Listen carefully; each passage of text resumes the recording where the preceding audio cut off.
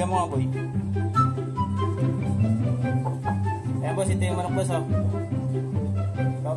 Lulublog ko lang.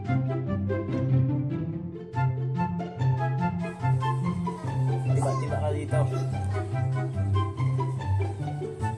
Kamaya na, saglit lang, boy. Ito. Tiba ka dito.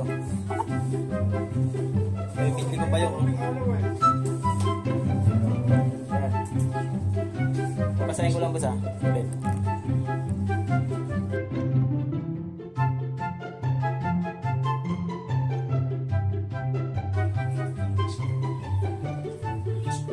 Walang basa-basa to.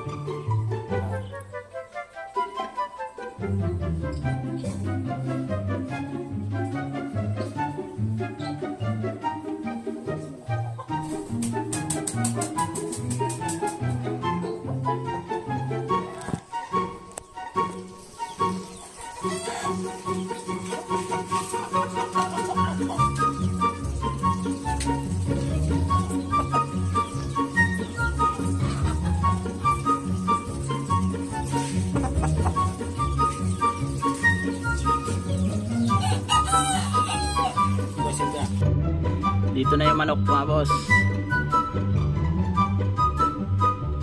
Pagod sa biyahe.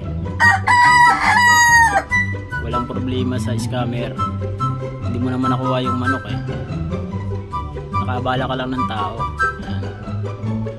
Mastos lang yung tao sa abala mo. Kasi yung tao na binukan mo ay binuko para sa'yo is nagbabiyahe. Kailangan din yung tao.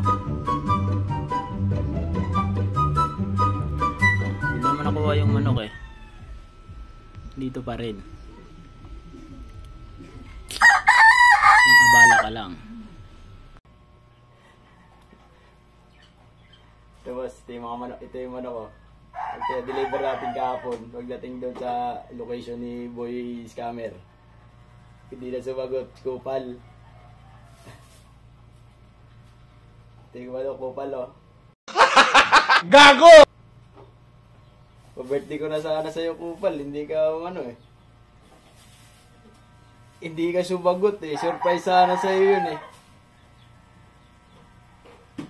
Sabi mo, parigalo mo sa foreman mo.